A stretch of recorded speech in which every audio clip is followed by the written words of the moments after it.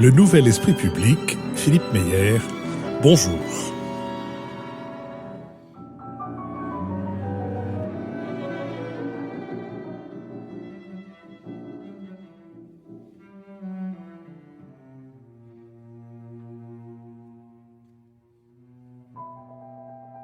Bonjour, merci de nous avoir rejoints pour cette nouvelle édition du Nouvel Esprit Public. Quelques nouvelles d'abord de notre entreprise. Vous avez été nombreux à me demander cette semaine comment faire pour nous soutenir matériellement maintenant que la date de clôture de notre collecte de financement sur Ulule est passée et que certains d'entre vous, distraits, absents ou procrastinateurs, se sont rendus compte qu'ils avaient raté cette occasion. Eh bien, vous trouverez la réponse à cette question, comment nous aider, vous trouverez la réponse sur le site de l'émission. Il est facile à mémoriser, www.lenouvelespritpublic sans aucune espèce de séparation.fr, www.lenouvelespritpublic.fr. Ne perdez pas de vue que nombre de ceux qui ont apprécié nos conversations hebdomadaires par voie hertzienne ne savent pas encore qu'elles ont repris sur la toile et en podcast, donc n'hésitez pas à faire tourner l'information et le lien que je viens de vous donner, www.lenouvelespritpublic.fr. Ce lien d'ailleurs permet l'écoute de tous les épisodes de notre podcast. Nous sommes partenaires de l'hebdomadaire Le 1, qui publie cette semaine un numéro intitulé « Prison, la faute à qui ?» On y trouve un reportage sur l'une des plus infâmes prisons françaises, celle des Baumettes, ou plutôt celle des anciennes Baumettes que l'on ferme, et celle des nouvelles Baumettes, déjà menacées par la surpopulation et la détérioration. Et dans un entretien sur la lecture en prison, seul moyen d'évasion et rare moyen de formation, Éric Orsena décrit une situation ubuesque. À Fleury, par exemple, on a installé de remarquables bibliothèques, mais il n'y a pas de gardien disponible pour y conduire les détenus. Nous allons nous efforcer d'éclairer certains éléments de l'actualité de la semaine écoulée. Nous le ferons avec Nicolas Bavrez, essayiste, avec Jean-Louis Bourlange, député des Hauts-de-Seine, François Bujon de l'Étang, ambassadeur de France, et Nicole Niesotto, professeur titulaire de la chaire Union européenne au Conservatoire national des arts et métiers. Nous commencerons par nous intéresser au voyage du président des États-Unis en Asie et dans le Pacifique vers l'Orient compliqué. Il volait avec des idées simples. Le président Trump a réalisé une longue tournée diplomatique dans la région donc Asie-Pacifique. Il s'est rendu au Japon, en Corée du Sud, en Chine, au Vietnam et aux Philippines. Il a participé à 2 sommets régionaux, en marge desquels il a également rencontré le président russe, Vladimir Poutine. Dans le contexte de la crise nord-coréenne, ce voyage a été marqué par les exhortations du président américain à durcir les sanctions contre Pyongyang. Il n'a pas hésité à mettre la Chine en garde contre le maintien de son opposition à ce durcissement. Au terme de sa visite, M. Trump a cependant salué des avancées significatives sur le dossier nord-coréen. Selon lui, les présidents russes et chinois auraient accepté de renforcer les sanctions, ce qu'aucun des deux intéressés n'a pour l'heure confirmé. Le président américain a également évoqué la question des tensions en mer de Chine méridionale. Lors d'un discours prononcé le 10 novembre à Hanoï, Donald Trump a pris note de la politique agressive menée par Pékin dans la région et il a proposé d'offrir une médiation. Cette proposition a été fraîchement accueillie par les principaux protagonistes. Les dirigeants du Vietnam et des Philippines ont annoncé préférer la poursuite des négociations bilatérales avec Pékin. Au-delà de ces tensions stratégiques, l'essentiel de la visite asiatique du président américain a porté sur les questions commerciales. Lors de son arrivée à la Maison-Blanche il y a 1 an, Donald Trump avait enterré le projet d'accord de libre-échange transpacifique souhaité par son prédécesseur. Il entend ainsi se démarquer de la politique du pivot asiatique de Barack Obama. M. Trump souhaite toutefois défendre les intérêts américains dans la région et limiter l'influence de la Chine. Dans ses discours, il a mis en avant le concept d'espace Indo-Pacifique pour minimiser le rôle de Pékin par rapport à un axe démocratique incluant notamment l'Inde, le Japon et les États-Unis. La position américaine a cependant été remise en cause par la décision des 11 États concernés par l'ancien accord de libre-échange transpacifique d'aller de l'avant sans les États-Unis. Le retrait de Washington laisse un vide que la Chine semble vouloir combler. À la tribune de l'APEC, le 10 novembre, le président Xi a formulé un plaidoyer pour les échanges plus ouverts, plus équilibrés, plus équitables et bénéfiques pour tous. Ce désaveu apparent n'a pas empêché M. Trump de multiplier les signes de bonne entente avec l'ensemble des leaders régionaux. Sa visite a notamment permis de signer pour près de 250 milliards de dollars d'accords commerciaux entre des entreprises américaines et les autorités chinoises. De retour à Washington, le président Trump s'est félicité du bilan de cette tournée. Il s'en est félicité évidemment sur les réseaux sociaux en déclarant « Notre formidable pays est de nouveau respecté en Asie ». Sur cette question, François Bujon de l'Étang.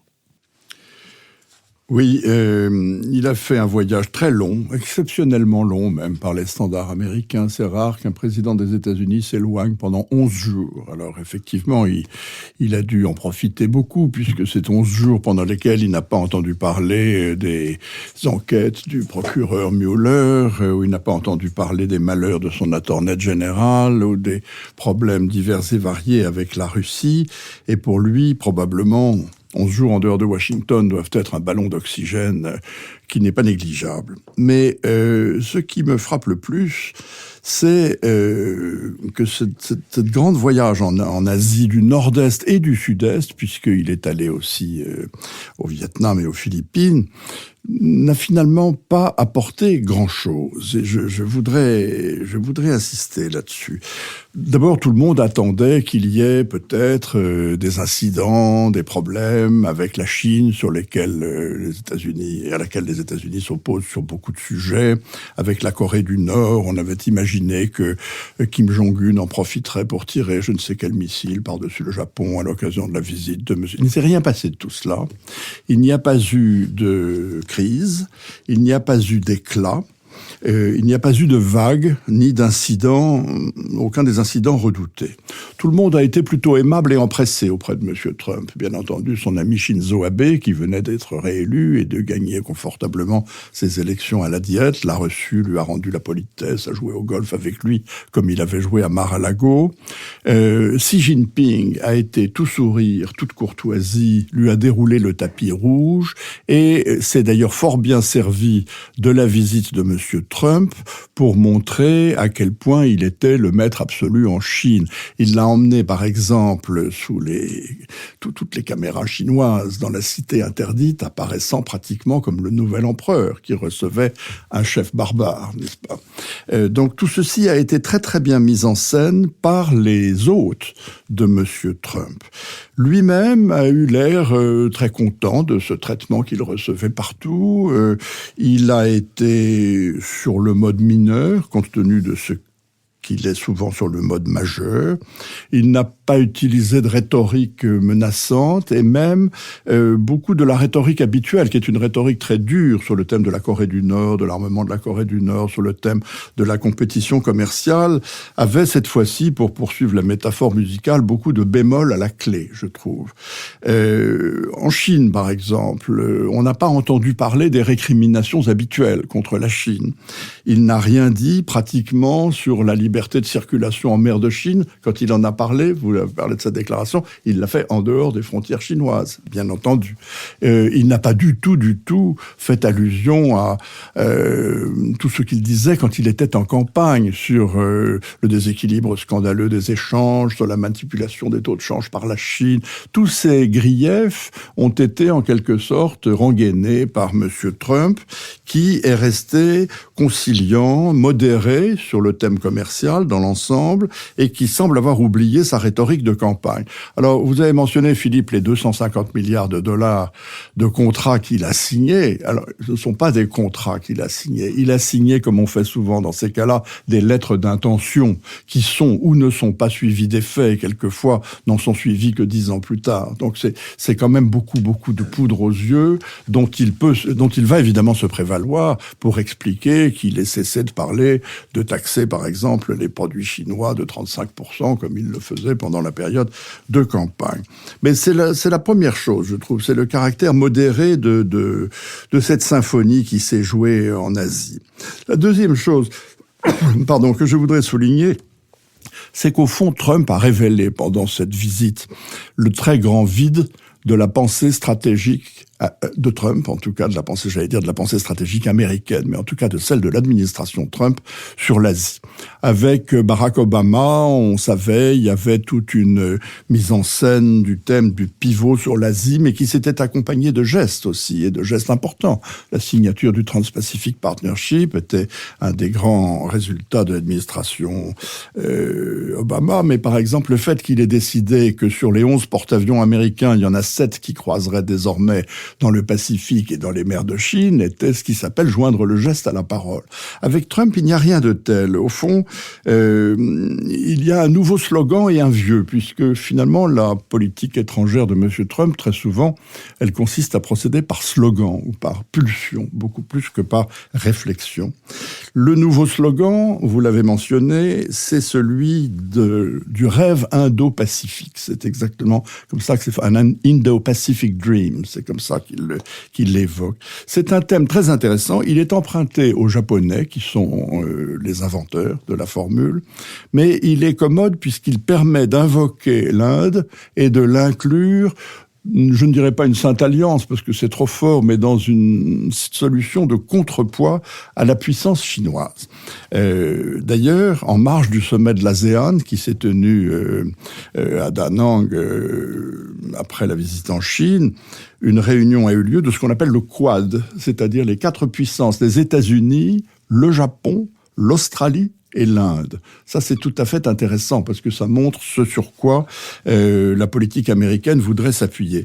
L'ennui, c'est qu'il n'y a pas grand-chose derrière cela et chacun des 4 a publié, après la réunion, une déclaration unilatérale et dans la déclaration indienne, il n'est pas question de la liberté de circulation dans les mers de Chine ou dans l'océan Indien, qui est évidemment l'un des sujets cruciaux. Et quant au vieux slogan qu'il a utilisé, c'est évidemment celui d'America First, qui est revenu en permanence à propos de tous les sujets commerciaux. Mais là aussi, on ne voit pas véritablement d'une grande stratégie.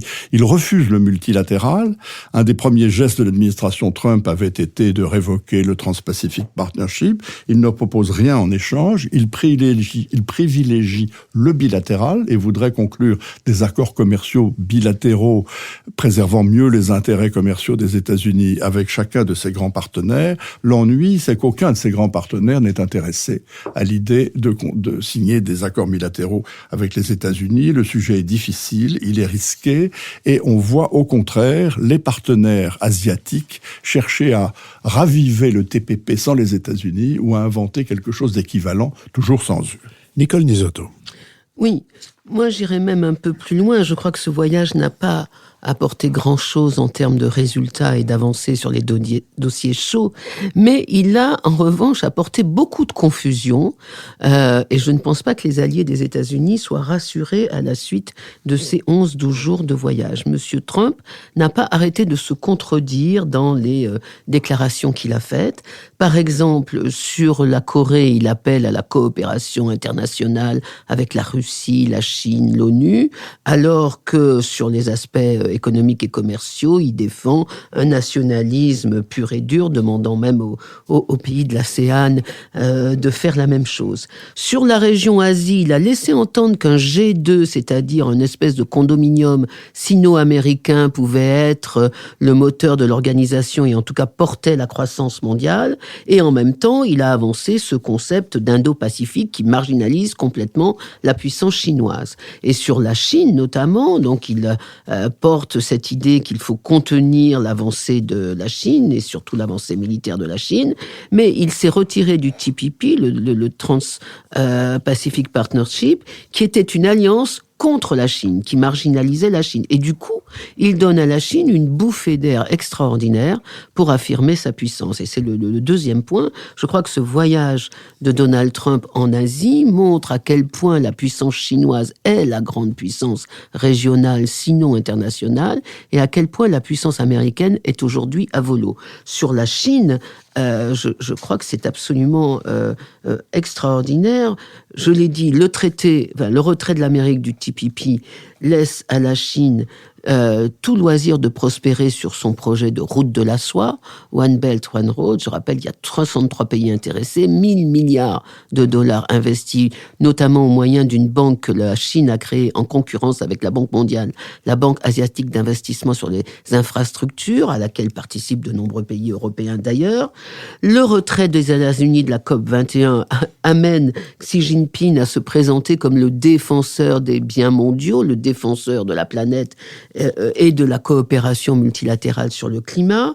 L'éloge par Donald Trump du protectionnisme amène aussi le dirigeant chinois à prendre la tête de la défense de l'économie libérale et de la concurrence libre et non faussée. Enfin, il y a un monde à l'envers et on a vraiment l'impression que la puissance américaine aujourd'hui bat de l'aile. Avec une petite nuance quand même, moi ce qui me frappe aujourd'hui dans les déclarations de Donald Trump, que ce soit en politique intérieure ou en politique internationale, enfin, il a fait quand même des déclarations extraordinaires. Il allait rayer de la carte la Corée du Nord, etc. Et excusez-moi l'expression, on a l'impression que tout le monde s'en fout. La bourse ne bouge pas, même la bourse est montée à 33% depuis l'élection de Donald Trump. Donc il peut dire n'importe quelle horreur, on a l'impression que absolument personne ne le prend au sérieux. Mais en tout cas, pour en revenir à l'Asie, quand on regarde les résultats concrets de ce voyage, c'est un voyage effectivement sans résultat. Sur la Corée du Nord, il dit qu'il a obtenu la coopération de la Chine en particulier, qui devrait durcir ses sanctions, mais ça n'a absolument pas été confirmé par les autorités chinoises. Il a même inquiété son allié, la Corée du Sud, parce qu'il n'est pas resté très longtemps et qu'il refuse l'idée d'un dialogue, voire même d'un double gel des essais nord-coréens, gel des manœuvres militaires américaines. Donc les Coréens du Sud ne sont pas très rassurés. Et quant aux droits de l'homme, il faut quand même en parler, qui est d'habitude un des fanions de la diplomatie américaine quand elle voyage dans des zones à dictature. Il n'en a pas dit un mot, mais non seulement il n'en a pas dit un mot, mais il a considéré que le président des Philippines, Rodrigo Duterte, qui est vraiment l'homme le plus sanguinaire de la région, qui a à son actif des milliers d'assassinats pour trafic de drogue et autres criminalités, était un homme bien qu'il a invité à Washington. Et donc là, je crois que tous les démocrates de la Terre, y compris en Chine, peuvent faire un trait sur le soutien américain. Nicolas Baorez. Je partage l'idée selon laquelle ce voyage marque une accélération spectaculaire de la désintégration du leadership des États-Unis et l'impasse dans laquelle Donald Trump est en train de mettre ce pays.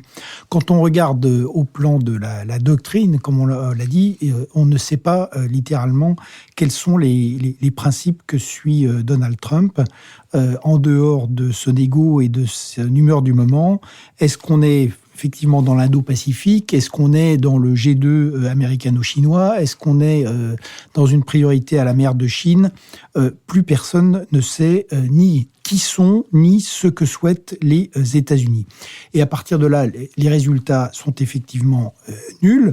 Sur le plan stratégique, le problème, c'est la Corée du Nord, et de fait, il ne se passe rien. Et il ne se passe rien parce que la Chine a clairement dit qu'une frappe militaire sur la Corée du Nord, quelles que soient les distances prises avec ce régime, était considérée comme une frappe sur le territoire chinois. Et donc, à partir de là, le système est tout à fait bloqué.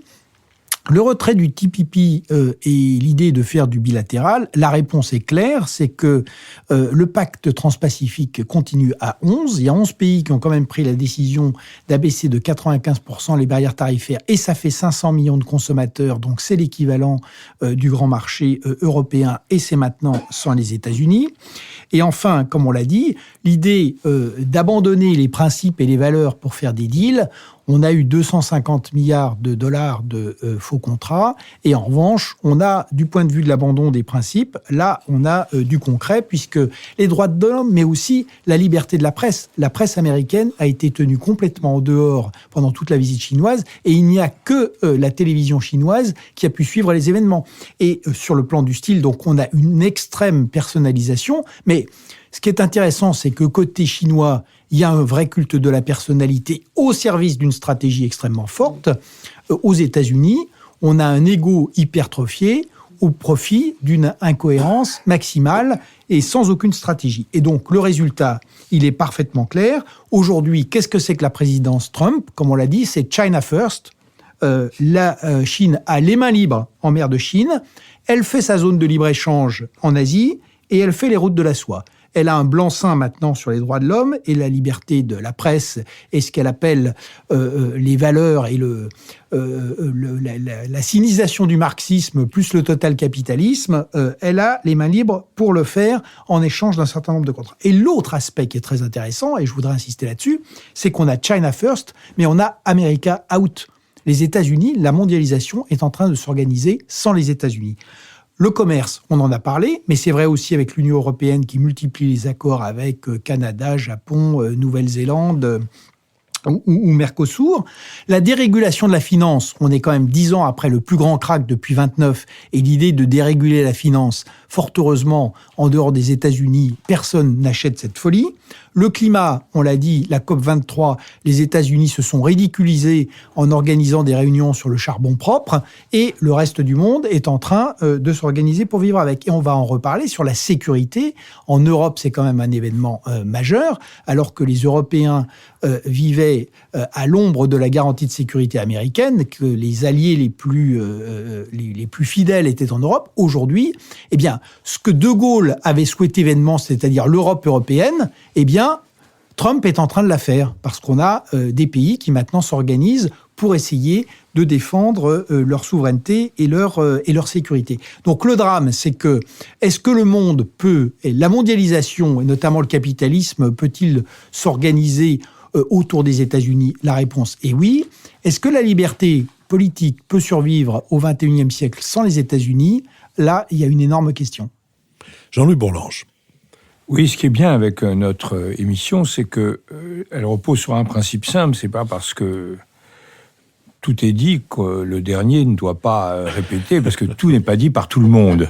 Et donc, parce qu'en vous écoutant, j'ai quand même une assez grande difficulté à me distinguer de ce que j'ai entendu, et comme il vaut mieux être cohérent que surprenant, je crois, je souscris pleinement à la fois aux analyses. C'était très bien organisé, votre séquence.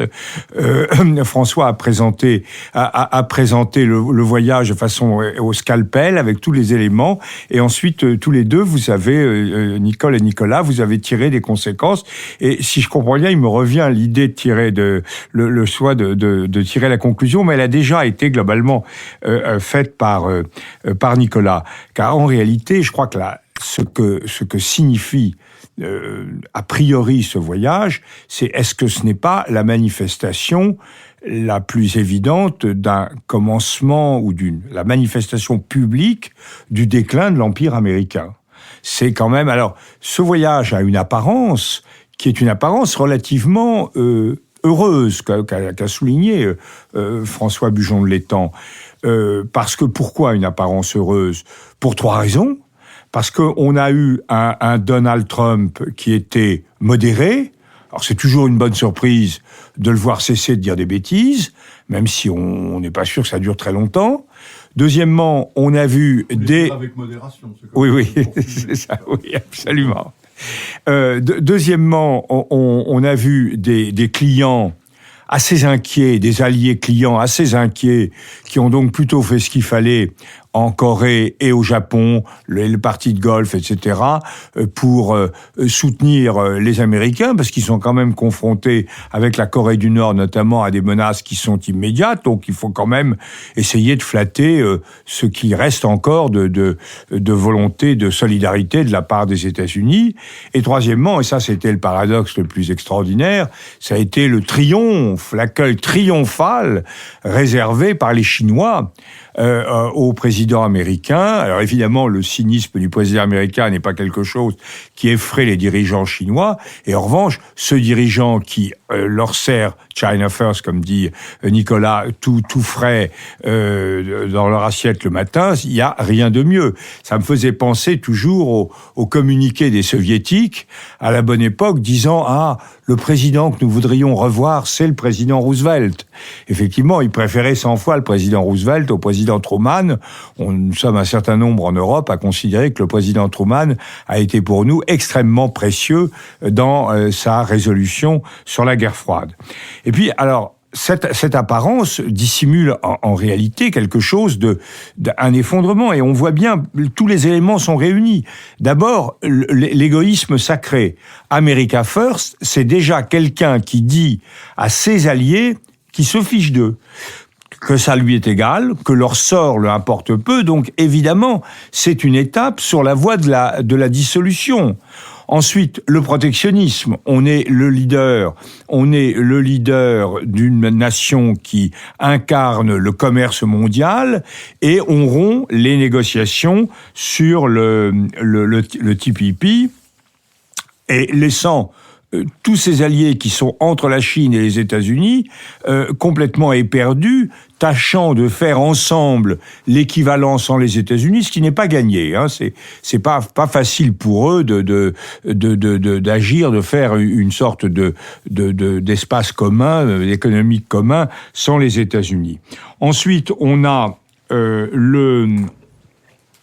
le confusionnisme absolu. Le confusionnisme, on voit bien qu'on ne sait pas du tout où on en est de ces schémas. Il change d'idée constamment. Et est-ce qu'il est contre ou pour la Chine? Est-ce qu'il est contre ou pour les Philippines? Enfin, on ne sait pas. Ça change tout le temps. Est-ce qu'il est pour une ligne dure sur la Corée du Nord ou au contraire une ligne où il se résigne au fait qu'il n'a pas d'option militaire réelle et donc il adopte une attitude plus classique? Tout ça oscille en permanence et cette oscillation est très pénible. Et ensuite, il y a le point qui a été signalé aussi par Nicolas, que je crois très important, c'est le renoncement à l'idéalisme américain et à la préoccupation morale. C'est l'une des différences que j'ai dans mes analyses avec Hubert Védrine. Hubert Védrine aime bien jouer les esprits forts, expliquer que les États sont les États, que le rapport de force domine tout, que la morale internationale, la communauté internationale, tout ça sont de vieilles lunes. Je crois qu'il a raison globalement, mais en même temps, il passe sous silence le fait que une posture morale, c'est aussi un élément de réel politique. Que pour asseoir une autorité, il est bon de tenir un discours qui est acceptable, qui est compréhensible et qui est solidaire d'un certain nombre de partenaires. Or là, on voit bien que sur les droits de l'homme, les droits humains, comme on dit maintenant, il est absolument indifférent. C'est embêtant, parce que c'est quand même ça la valeur ajoutée des États-Unis par rapport à la Chine et a fortiori par rapport aux dictateurs philippins. Donc là, il s'en fiche complètement. Il dit non, c'est pas mon problème. Et également l'absence de morale sur le rapport qu'il a aux alliés. On a vraiment le sentiment que les alliés sont devenus que ce soit en Europe d'ailleurs ou ailleurs, sont devenus des instruments, des monnaies d'échange. On les soutient tant que ça peut rapporter. Alors c'est quand même, notamment, c'est une des raisons du traumatisme profond de l'opinion allemande, qui est passé du Ich bin ein Berliner de Kennedy, donc une identification abusive d'ailleurs sur le plan politique de la cause des États-Unis et de la cause de l'Allemagne, à un écoutez, faites quelque chose et puis on verra si on fait quelque chose pour vous, si ça nous arrange ou pas. Donc tout ça est extraordinairement préoccupant et donc je pense que nous sommes là dans une situation où ça fait quand même, tous les observateurs disent que l'ensemble des pays d'Asie hésite depuis 20 ans entre les États-Unis et la Chine, que le renforcement de la Chine, qui est impressionnant, la transformation de Xi Jinping en une espèce d'empereur chinois nouvelle manière, ils hésitent depuis 20 ans, et là, il est évident que ce voyage donne plutôt, sur le long terme, plus qu'une chiquenaude en direction d'un relâchement des relations avec les États-Unis et d'une fascination grandissante de tous ces États pour ce qu'ils peuvent faire avec les Chinois. François Bujon de l'Étang. Oui, c'est sur ce dernier point que je voudrais ajouter une ou deux réflexions. Sur le diagnostic, nous sommes malheureusement tous parfaitement d'accord sur le diagnostic de l'effacement de la puissance américaine, de l'incohérence de l'attitude de Trump, du fait que le grand bénéficiaire de tout ça, c'est la Chine. Nous sommes tout à fait d'accord et ces conclusions, je crois, s'imposent. L'absence de choix des Américains entre une attitude de coopération avec la Chine qui consisterait à créer un G2, disons, par commodité de langage, ou ou au contraire à essayer de rameuter un certain nombre de voisins pour faire un cordon sanitaire afin de contenir la Chine, cette absence de choix laisse les partenaires asiatiques des États-Unis dans l'embarras. C'est sur ce point qu'il faut voir plusieurs choses. Certains d'entre eux n'hésitent pas, Jean-Louis, entre la Chine et les États-Unis. Le Japon n'hésite pas, par exemple. Il ne compte que sur les États-Unis pour sa protection. Il n'y a pas le choix. Mais alors maintenant, le problème, c'est que la faiblesse de l'attitude américaine jette évidemment sur la qualité de la protection qu'ils offrent un doute énorme. Et que le Japon commence à avoir un début de controverse publique sur le thème de sa défense, de la révision de la Constitution, de l'usage des forces d'autodéfense. Et comme c'est un pays qui a développé les technologies nucléaires très loin et les a poussées très loin depuis quelques années, c'est un pays du seuil. Et le point de savoir si le Japon devrait ou ne devrait pas se tourner vers un armement nucléaire national pour pallier l'absence de crédibilité de la protection américaine commence à se faire jour. Le débat n'est pas encore vraiment sur la place publique, mais il est dans les couloirs déjà, on le sent. Alors si jamais la Corée du Nord devait pousser plus loin son avantage et se doter vraiment d'un armement nucléaire, l'idée d'un découplage stratégique va s'imposer. La Corée du Sud, à son tour, se pose des questions du même type. Bien sûr, elle est protégée, elle aussi, parce qu'elle a 28 000 soldats américains sur son sol, mais voyez la controverse qui s'est développée en Corée du Sud à propos du déploiement de la batterie de missiles anti-aériens THAAD. La Corée du Sud aussi se pose des questions. Et d'ailleurs, le nouveau président coréen qui a été élu avait été élu sur une plateforme d'appeasement, de dialogue, etc. Mais il est en train de changer de pied et de changer. Bon, ça c'est un élément. L'autre élément, c'est qu'un certain nombre de bons vieux alliés des États-Unis se tournent vraiment vers la Chine. Les Philippines, c'est un exemple presque caricatural. Monsieur Rodrigo Duterte est une espèce de Trump philippin avec un côté voyou encore infiniment plus développé, parce que il a eu la gâchette heureuse apparemment facile en tout cas, dans sa jeunesse, il le dit lui-même. Mais voilà que cet allié des États-Unis se précipite vers la Chine et aujourd'hui déclare à Pékin qu'il veut devenir un partenaire éminent de la Chine. La Corée du Sud elle-même a développé ses relations commerciales avec la Chine de Pékin de façon très spectaculaire au cours de ces toutes dernières années et bien qu'allié des États-Unis, est devenu aussi un partenaire de la Chine. Le Vietnam, qui pendant longtemps a eu un conflit de frontières avec la Chine et où le sentiment anti-chinois est très très fort, fait preuve aussi de beaucoup de mesures et tient des propos beaucoup plus apaisants. Donc qu'est-ce que ça veut dire tout ça ? Ça veut dire que tous les alliés et partenaires des États-Unis sont en plein désarroi. S'aperçoivent de ce que nous venons de dire, évidemment. C'est-à-dire que la puissance américaine se replie, que la Chine devient de loin la puissance dominante, que la Chine, de temps en temps, est assez rugueuse et fait valoir ses atouts avec beaucoup de rudesse. Les uns réagissent en se précipitant dans les bras de Pékin, les autres en s'interrogeant sur l'avenir de leur défense et de leur sécurité. Tous, en tout cas, s'interrogent sur leurs relations avec les États-Unis. Je vous remercie. Je vous propose que nous nous intéressions maintenant à un autre sujet qui est mi-national, mi-international, qui est l'avenir de la défense française en Europe. Lundi, le 13 novembre, 23 États européens réunis à Bruxelles se sont engagés à approfondir leur coopération en matière de défense. Adopté à l'initiative de la France, le texte comporte une vingtaine d'engagements visant à établir une coopération structurée permanente dans le domaine militaire. Il s'agit notamment de renforcer les programmes communs d'armement, les capacités d'intervention européennes ou encore la formation des officiers européens. Le projet s'appuie sur un fonds européen de défense doté de 5,5 milliards d'euros. Cette relance du projet de défense européenne intervient dans un contexte international agité. À l'Est, la Russie occupe militairement une partie de l'Ukraine. Au Moyen-Orient, de nouvelles tensions se font jour entre l'Arabie saoudite et l'Iran, alors que le Yémen, la Syrie et l'Irak sont le théâtre de troubles armés. En Asie, les avancées du programme nucléaire nord-coréen appellent à une vigilance particulière et les tensions en mer de Chine méridionale restent vives. La revue stratégique de défense évoquait fin octobre diverses tentatives de déstabilisation de l'ordre multilatéral, ainsi qu'un risque élevé de déconstruction de l'architecture de sécurité en Europe. La France doit aussi faire face au retrait de ses alliés traditionnels, alors que les États-Unis de M. Trump, dont nous venons de parler, menacent de se désengager de l'OTAN et que le Royaume-Uni quitte l'Union européenne. Cette relance européenne intervient également quelques mois après la démission du chef d'état-major des armées françaises, le général de Villiers, le 19 juillet 2017. Le chef d'état-major avait été sanctionné pour avoir publiquement protesté contre les coupes budgétaires qui affectent le ministère des Armées. Il a été remplacé par le général Lecointre. Pour boucler le budget 2017, Bercy avait annoncé 850 millions de coupes supplémentaires dans les crédits de la défense. Le projet de loi de finances pour 2018 prévoit cependant une hausse du budget des armées à hauteur de 1,8 milliard d'euros.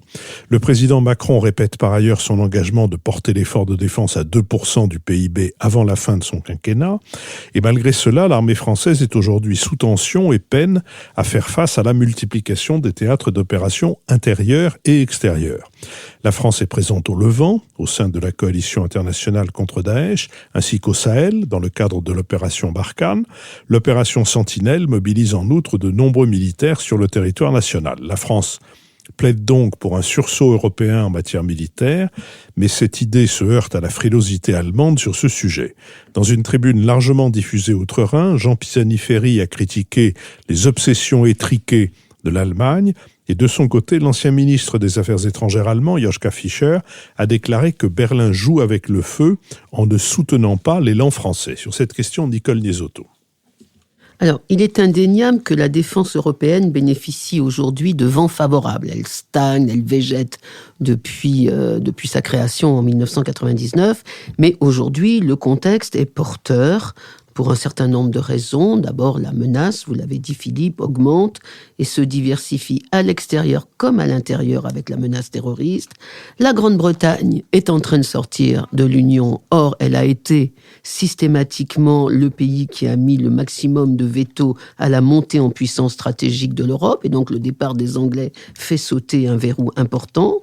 Les États-Unis de Donald Trump sont devenus l'allié le plus incertain qui se puisse concevoir. Et donc, l'OTAN, qui est censée assurer la garantie nucléaire américaine et la défense de l'Europe, devient une organisation dont un certain nombre de membres s'interrogent sur sa crédibilité. Autrement dit, la garantie américaine est aujourd'hui une inconnue stratégique majeure pour un certain nombre d'Européens. Et dernier élément, la France a repris son rôle de leader en matière de défense européenne et de volonté de construire l'Europe comme une force politique influente dans la mondialisation, ce que les deux précédents présidents de la République avaient laissé un peu de côté pendant donc plus de 10 ans. Et donc, on a un élément un terrain tout à fait favorable, de plus en plus de crises, de moins en moins d'Amérique, égale de plus en plus d'Europe. Et de fait, les Européens, depuis le Brexit, qui a été une espèce de choc révélateur, ont pris beaucoup de décisions en matière de défense, vous l'avez cité, le Fonds européen de défense doté de 4,5 milliards d'euros, et l'introduction de la flexibilité, c'est-à-dire la coopération structurée permanente, de façon à ce que ceux qui veulent et peuvent aller plus vite que d'autres puissent le faire sans être soumis au veto d'un autre. Alors, donc tout cela est tout à fait positif, il ne faut pas non plus exagérer, ce ne sont pas des événements historiques, comme l'a dit la ministre allemande, mais il y a sans aucun doute un vent favorable à la montée en puissance stratégique de l'Europe. Et face à cela, on a une armée française qui est dans un certain malaise. Et je crois qu'il faut essayer de comprendre ce malaise français. Il est un malaise, je crois, à 3 niveaux. Premièrement, il y a une tension très forte entre le surinvestissement des armées dans les opérations extérieures et le sous-équipement des forces armées qui est pointé depuis longtemps par les différents chefs d'état-major. L'armée est très sollicitée depuis 2013 au Mali, en Centrafrique, dans la coalition contre Daesh. D'ailleurs, le budget des OPEX est passé en 2017 à 1,1 milliard d'euros alors que seulement 450 millions avaient été prévus. Donc on voit bien qu'il y a une montée dans la sollicitation des armées à l'extérieur, et en même temps, pour des raisons budgétaires, on reporte de loi de programmation en loi de programmation militaire l'équipement des forces, et donc les armées se sentent extrêmement sollicitées et peu remerciées pour leur effort. Deuxième malaise, c'est la confusion des genres, et ça c'est dû au terrorisme et à ce qu'on appelle aujourd'hui le continuum entre la sécurité intérieure et la sécurité extérieure. Les armées qui en principe sont faites pour défendre le territoire national et les opérations extérieures se trouvent en mission sur le territoire national.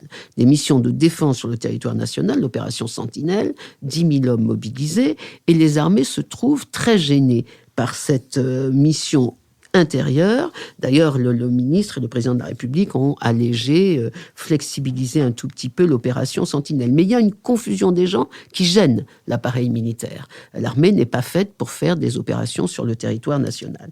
Et troisième malaise, enfin, et là, c'est là où je rejoins la défense européenne, les armées sont un peu perplexes devant le double objectif de la politique de défense française, qui est l'autonomie stratégique d'un côté, et c'est répété y compris dans la nouvelle revue stratégique, entre l'autonomie stratégique et la construction d'une défense européenne. Et il y a, de la part des armées, une espèce de difficulté à articuler cela. Et je dois dire que cette articulation, elle est historiquement difficile. Du temps du général de Gaulle, on avait déjà ce double concept, indépendance nationale, solidarité avec les alliés. Aujourd'hui, c'est autonomie stratégique, développement de l'Europe de la défense. Mais les choses sont absolument inversées. Et ça, je crois qu'il faut bien insister là-dessus. Du temps du général de Gaulle, l'indépendance se justifiait parce que la France ne voulait pas être obligée de faire des guerres qui n'étaient pas les siennes, d'où solidarité avec les alliés, mais indépendance nationale. Aujourd'hui, c'est l'inverse. C'est la France ne veut plus faire seule des guerres qui sont aussi les guerres des autres. Et donc, autonomie stratégique, certes, mais défense européenne, parce que les guerres que nous menons sont des guerres qui correspondent à la sécurité des autres. Et ça, les armées ont beaucoup de mal à accepter cette conjugaison. Jean-Louis Bourlanges. Oui, moi je suis tout à fait d'accord avec l'analyse sur les vents favorables qui a été faite par Nicole.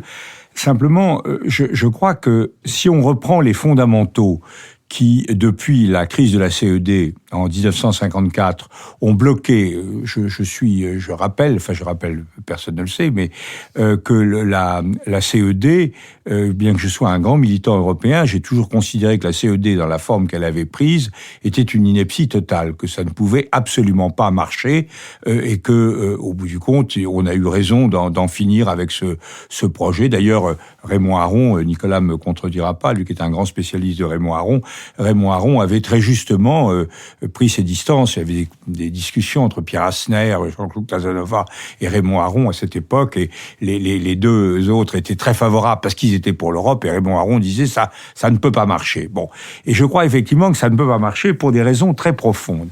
Alors les contradictions sur la politique de défense, elles ont été, je l'ai souvent dit ici, elles ont été analysées de façon très nette par Nicole Niesotto dans un livre déjà assez ancien mais toujours actuel. Il y en a 3. Il y a un système intergouvernemental est évident. On peut pas faire un système intégré parce qu'on n'envoie pas les gens se faire tuer à la majorité qualifiée. Donc on ne peut pas faire un système intégré. On est dans un système intergouvernemental. Donc c'est déjà une paralysie, enfin une contradiction profonde, qui est résumée par ce que vient de dire Nicole sur la contradiction entre autonomie stratégique et solidarité. Et là, on voit bien que on essaie de bâtir un peu un faux nez quand on parle de coopération structurée. Alors, la coopération structurée, dans le jargon européen, c'est la même chose que la coopération renforcée, mais appliquée à des domaines régaliens où la Commission joue un rôle moins important. C'est ça la distinction entre structurée et renforcée. Mais une coopération renforcée, c'est-à-dire une coopération qui vise à compenser le trop grand nombre de participants possibles, à compenser, l'absence d'intégration par un petit nombre de participants, ici ne se retrouve pas du tout, puisque vous avez 23 États qui sont dans la coopération structurée. Sur 27, ça n'a pas de sens. Donc on continue à avoir cette contradiction. La deuxième opposition, c'est le pacifisme. Il y avait des États qui étaient pacifiques et d'autres qui ne l'étaient pas. Alors là, on a, par rapport à la situation historique de l'Union européenne au cours des 50 dernières années, une double évolution. On a une nation un État qui était particulièrement peu enclin, soumis aux exigences sentimentales du pacifisme, qui est le Royaume-Uni, qui est dehors. Bon. qui est dehors. Donc ça, c'est quand même embêtant, parce qu'il y avait les Français et les Britanniques étaient ceux qui voulaient y aller, qui aimaient bien, qui étaient des nations planétaires, et des nations qui ne concevaient pas uniquement la défense comme un instrument de protection de la frontière de l'Est, mais qui voyaient aussi une force de projection, et donc d'équilibre, de gestion de la mondialisation dans ses aspects les plus polémiques, et notamment en Afrique et au Moyen-Orient. Là, on a quand même une défaillance. Alors, c'est compensé par la mutation profonde de l'esprit public en Allemagne, qui est parallèle à ce que nous venons de dire sur ce qui s'est passé, sur ce qui se passe au Japon, que vient de rappeler François un instant. Mais on voit bien que l'évolution en Allemagne est loin d'être achevée. L'Allemagne est la nation la plus est un adepte du pacifisme rationnel le plus profond. Il y a des gens qui ont fait beaucoup pour changer la chose, notamment Joschka Fischer et l'actuel ministre de la Défense en Allemagne. Il contribue aussi, mais nous sommes très très loin du compte. Et quand le ministre de la Défense allemande salue un événement historique, parce que elle sait qu'elle fait des efforts énormes et qu'une évolution qui est le quart de la moitié de ce que nous voudrions faire est déjà quelque chose de considérable. Donc c'est pas du tout mûr de ce point de vue-là, et nous voyons bien que alors que c'est l'évolution de ce point de vue-là inverse de celle du Japon. Nous voyons bien que face au relâchement des États-Unis, on hésite. Les sondages d'opinion montrent que l'opinion allemande, en cas d'agression russe, est favorable, et pas du tout favorable à engager la guerre. Elle voudrait plutôt qu'on négocie tout de suite. Enfin, l'esprit, la virtu militaire est pas tellement présente au rendez-vous, et donc au rendez-vous budgétaire également. Troisièmement, l'ordre atlantique. La troisième raison qui bloquait cette affaire-là, c'est l'imbrication des deux cercles, le cercle de défense, le cercle européen de défense et la communauté atlantique. Et on n'a jamais réussi à bâtir une articulation rationnelle. Quand le général de Gaulle s'y est essayé, avec un peu de brutalité et beaucoup de maladresse, il faut dire, au moment du plan Fouché, ça n'a pas du tout marché. Bon. Et depuis ce temps-là, l'Europe a fonctionné quand il y avait solidarité entre les deux niveaux, atlantique et européen. Le grand moment de relance de l'Union européenne, c'est le réveil de la guerre froide, c'est le discours de Bonn de Mitterrand en 83, et c'est, n'en déplaise à Hubert Védrine, qui voudrait toujours faire de Mitterrand une sorte de héros gaulliste d'un anti-américanisme un peu hypothétique, c'est quand on a dit à la fois aux Allemands, on est avec vous et on est pour les Pershing américains. Donc il y avait, ça ne marche plus très bien, mais on ne sait pas du tout comment organiser le pointillé. Et la complication, le Brexit, de ce point de vue-là, ajoute une complication supplémentaire, puisque nous voulons absolument, et nous avons raison, maintenir le Royaume-Uni dans notre système de défense et d'intervention. Or, ils sont à l'extérieur de l'Union européenne et attachés à l'ordre atlantique. Donc, on est dans une situation quand même extrêmement délicate. Et ce que je trouve, et je conclus là-dessus, ce que je trouve, c'est que il ne s'agit pas simplement de célébrer, un peu comme des cabris, comme dirait le général de Gaulle, l'Europe de la défense, mais il s'agit précisément de se donner des objectifs peut-être limités, déterminés, ce que la Commission commence à faire en matière de politique d'armement, de recherche, etc. Mais il faudrait définir des objectifs précis, déterminés, limités, et faire des progrès, parce que sinon, on sera vraiment dans une sorte d'universalité de nos rêves qui ne débouchera sur pas grand-chose. Nicolas Bavrez. La vitesse de changement et de dégradation de l'environnement stratégique de l'Europe et de la France continue à être en partie sous-estimée. Qu'est-ce qui se passe et qu'est-ce qui est différent ? Premièrement, nous avons une montée spectaculaire des risques. 3 types de risques. D'abord, évidemment, il n'y a plus d'idéologie, mais le fanatisme religieux est de retour. Et donc, le djihadisme peut frapper de l'extérieur, il peut frapper aussi de l'intérieur. Il y a sur le sol européen à peu près 50 000 musulmans radicalisés qui sont prêts à passer à l'action. Deuxièmement, les démocratures. Ces nouveaux régimes, la Chine, on en a parlé, mais aussi et surtout la Russie qui finalement a imaginé le modèle, et la Turquie. Maintenant, la Turquie d'Erdogan, c'est une démocrature islamique qui se trouve à nos portes.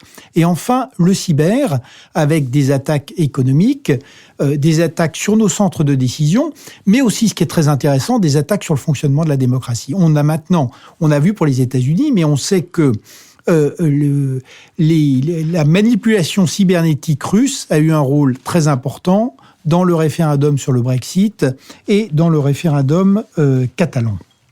En face de tout ça, l'affaiblissement des cadres qui permettaient de limiter la violence.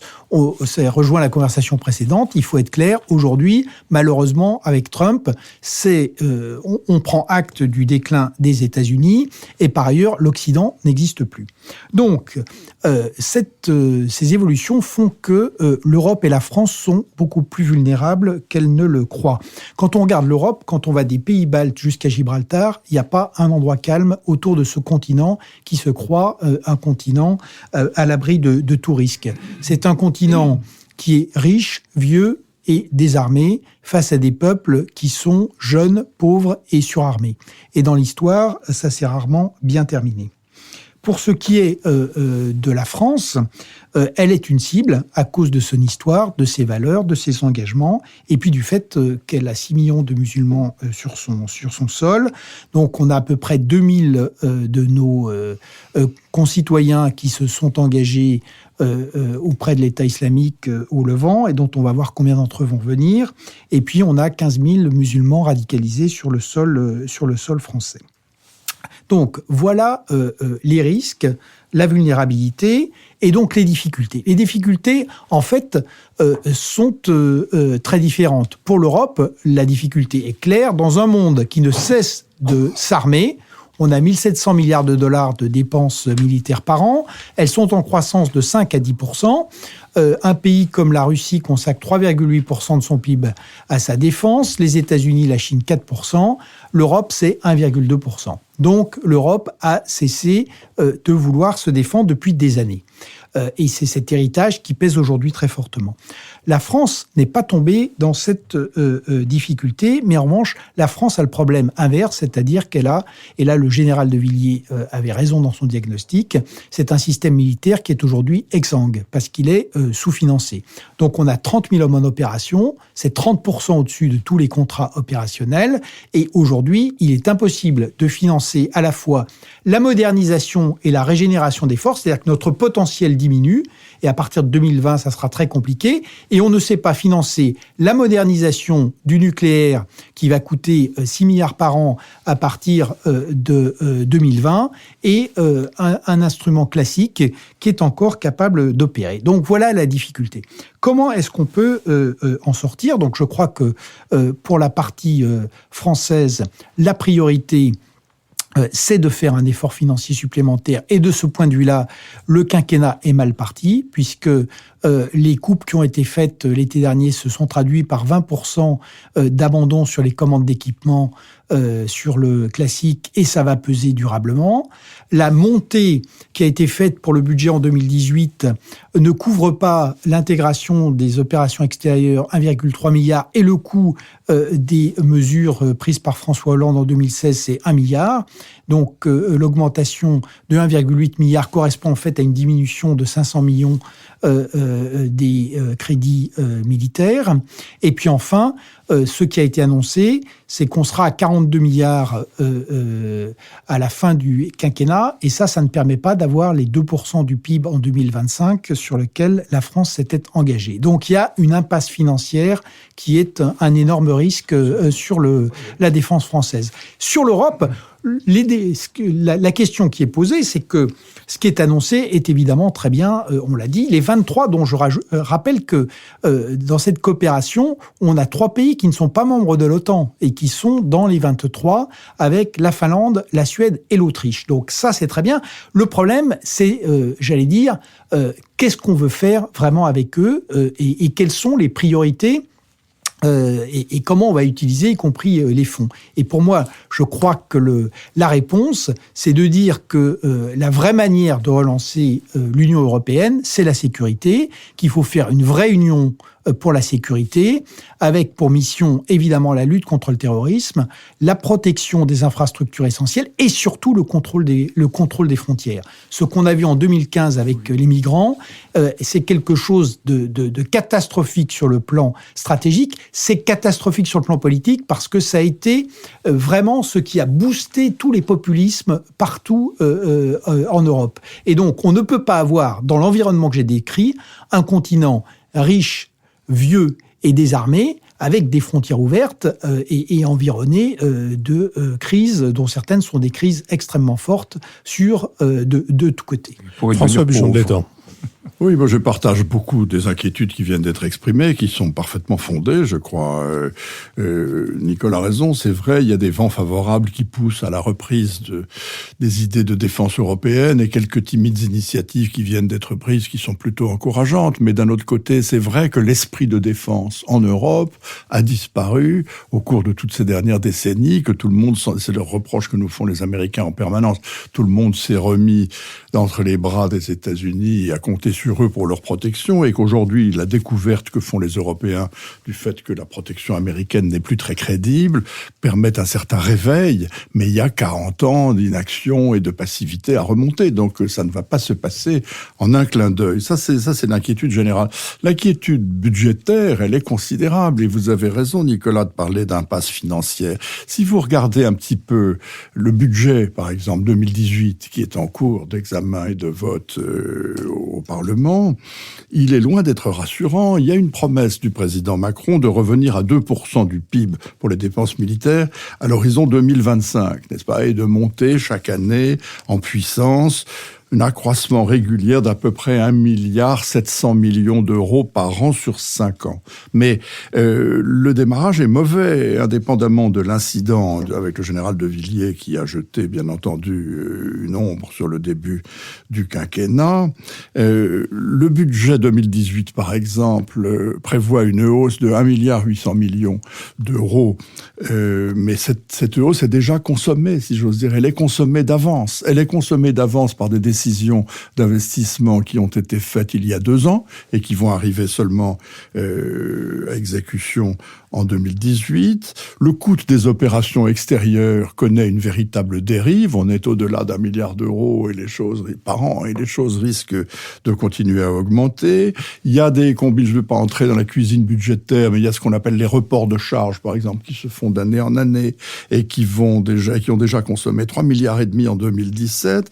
Il y a beaucoup d'autorisations d'engagement qui ne sont pas couvertes par des crédits de paiement. Et pendant ce temps-là, vous avez une armée de terre qui n'a pas de véhicules blindés, une armée de l'air qui voudrait commander des avions ravitailleurs mais qui ne peut pas le faire, et une marine qui voudrait commander des patrouilleurs mais qui ne peut pas le faire non plus. Et comme on est en train de renvoyer devant soi les problèmes de commandes d'investissement, le pli se prend d'étaler dans le temps les commandes d'armement et de repousser année après année les décisions dont on a besoin. Alors on a un grand écart complet entre d'abord les ambitions géopolitiques de la France, membre permanent du Conseil de sécurité, très présent sur le théâtre d'opérations extérieures, sur qui tout le monde compte en Afrique, qui veut jouer un rôle au Moyen-Orient, et une armée qui est en effet exsangue, pour reprendre le mot qui a été cité tout à l'heure, et qui fait des prodiges pour réussir à être présente et à réaliser d'excellentes performances avec un matériel qui est tout à fait insuffisant et des perspectives budgétaires qui ne sont pas rassurantes. Donc on ne peut qu'être inquiet. Un tout petit mot sur cette impasse budgétaire, c'est vrai, je ne nie pas que si on veut arriver à 2% du PIB, il faudra augmenter de 2 milliards par an pendant les 5 ans qui viennent et ça ne suffira pas. Mais est-ce que la solution, c'est d'augmenter le budget de la défense, ou est-ce que la solution n'est pas aussi de repenser notre politique de défense ? Aujourd'hui, on a une politique étrangère qui est parfaitement interventionniste, c'est-à-dire ce qui définit la politique étrangère de la France, c'est qu'elle fait des opérations militaires extérieures. Peut-être qu'on peut avoir une politique étrangère non militaire sur la Syrie, sur le Levant, on peut penser des initiatives diplomatiques sans intervention militaire. Je crois qu'il faut arrêter cette course à l'OPEX qui paraît parfois un peu démesurée. Et deuxièmement, sur la dissuasion nucléaire, il est peut-être temps qu'on ait un vrai débat sur la modernisation de la dissuasion nucléaire et notamment la deuxième composante. Jean-Louis Bourlanges ? Donc, ce que je veux dire, ce que je ressens personnellement très fortement en tant que membre de la Commission des finances de l'Assemblée nationale, je crois que je comprends très très bien ce que vous dites et je le ressens comme vous, c'est que la grande faiblesse du gouvernement actuel et de la présidence, c'est de refuser de poser clairement une trajectoire en matière de priorité de dépenses, pas seulement militaires, mais dans tous les domaines. On sait qu'on doit faire des économies, alors on les fait comme on peut avec des petits trucs assez ridicules comme l'APL, etc. Mais je pense qu'on ne fait pas cette opération. On a une vision extrêmement exaltante et exaltée de la part du président des options qui peuvent être les nôtres sur le plan politique à l'avenir. Mais en revanche, on n'amène pas la société française, la nation française, l'ensemble des responsables à se concentrer, à dire maintenant sur les 10 ans qui viennent, qu'est-ce qu'on met dans les différents domaines? Où fait-on les économies? Est-ce qu'on baisse ou non les prélèvements obligatoires et quels prélèvements obligatoires? Cette trajectoire-là, elle n'est pas pensée, elle n'est pas annoncée et elle est, à mon avis, à l'origine d'un trouble très profond dans la conscience politique française.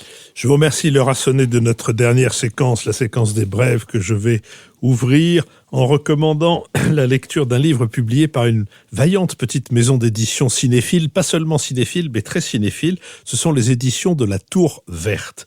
Le livre est signé de Christine Leteux et il s'intitule Continental Film. C'est donc un livre d'histoire sur cette firme allemande installée à Paris, dirigée par Alfred Greven, installée à Paris et qui a eu un rôle déterminant dans la production cinématographique pendant l'occupation et qui a, entre autres, fait travailler des gens comme Jean-Paul Le Chanois, comme Richard Potier, comme Henri-Georges Clouzot et un certain nombre d'autres, comme Maurice Tourneur. Et c'est autour de cette Continental Film que Christine Leteux fait une enquête méthodique qui permet de savoir qui a vraiment fait quoi et comment, à l'intérieur de cette firme allemande, il y a eu d'un côté une volonté hégémonique allemande, mais de l'autre côté, énormément de petites initiatives qui ont fait en sorte que cet endroit soit un endroit où on fasse essentiellement des films et surtout pas de la propagande. Alors Christine Leteux ne dissimule ni qu'il y avait des salauds, ni qu'il y avait des profiteurs, ni qu'il y avait des imbéciles, ni qu'il y avait des gogos. Et qu'il y avait peu de juifs. Et qu'il y avait peu de juifs, quoique Jean-Paul Le Chanois. Et aussi la manière dont un certain nombre d'entre eux ont été protégés par ceux qui étaient employés par la Continentale.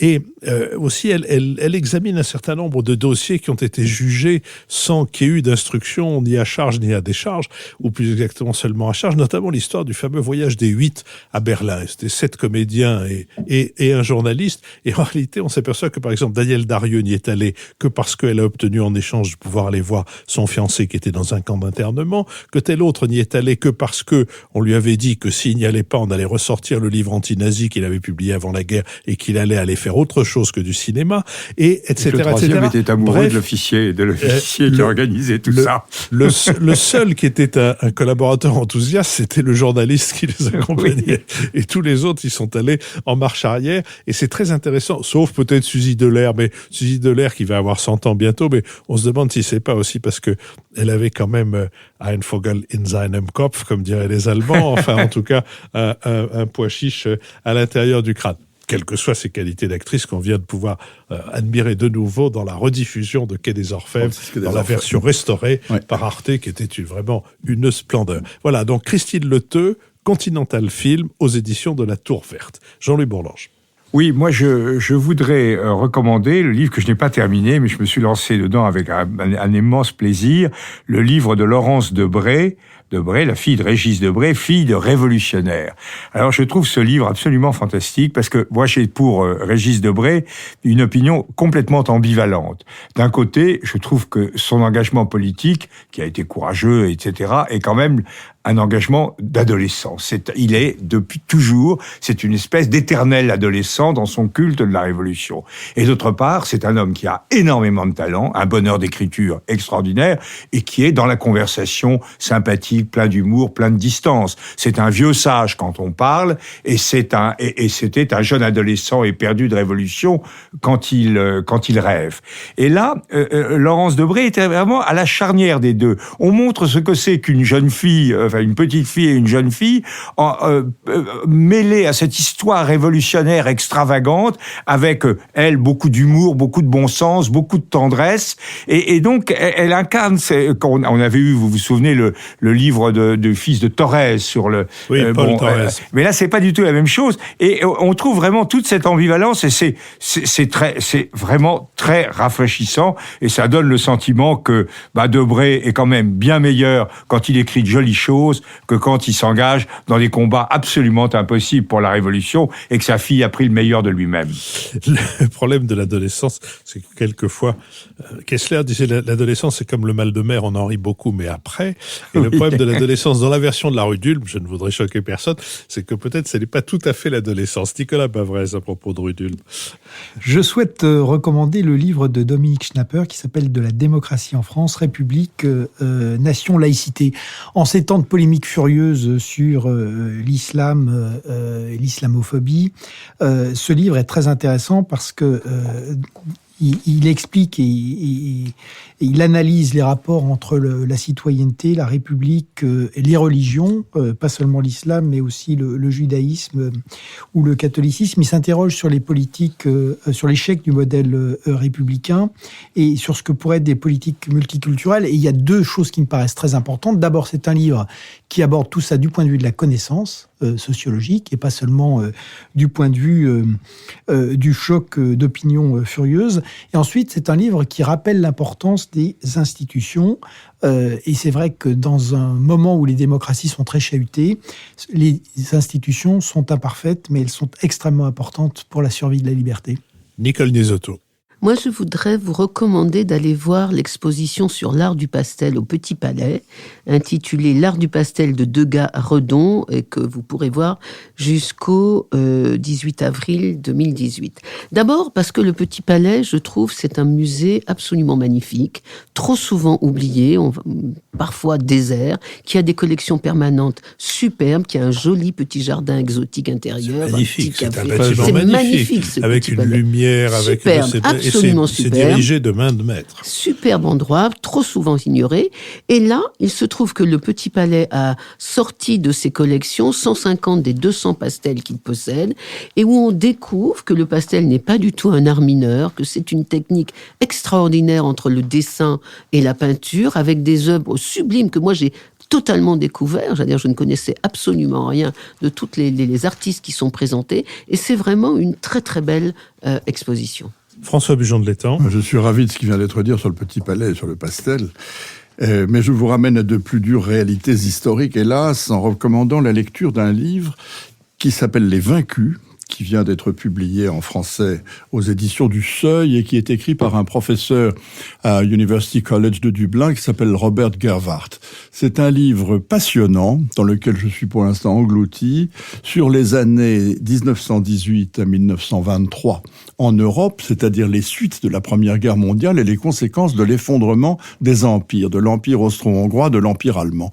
Et on oublie presque que ces années, entre la guerre d'indépendance polonaise, la guerre gréco-turque, la guerre d'Orient qui se prolongeait aux confins de la Bulgarie, ou les spartakistes à Berlin et Bela Kun en Hongrie, a été une période aussi, et je n'oublie pas l'Irlande, a été une période aussi sanglante, presque, que la période des 4 années de la Première Guerre mondiale. Le livre est tout à fait passionnant et se lit comme un roman policier. Je vous remercie beaucoup. J'espère retrouver nos auditeurs la semaine prochaine pour notre prochaine émission en podcast. Je rappelle que le Nouvel Esprit Public est préparé avec les élèves de la classe préparatoire à Sciences Po de l'école alsacienne, qu'il est produit et distribué par Nouvelles Écoutes à la production Julien Neuville et à l'enregistrement et au mixage pour l'arrière-boutique, Maxime Olivier. Merci et à la semaine prochaine.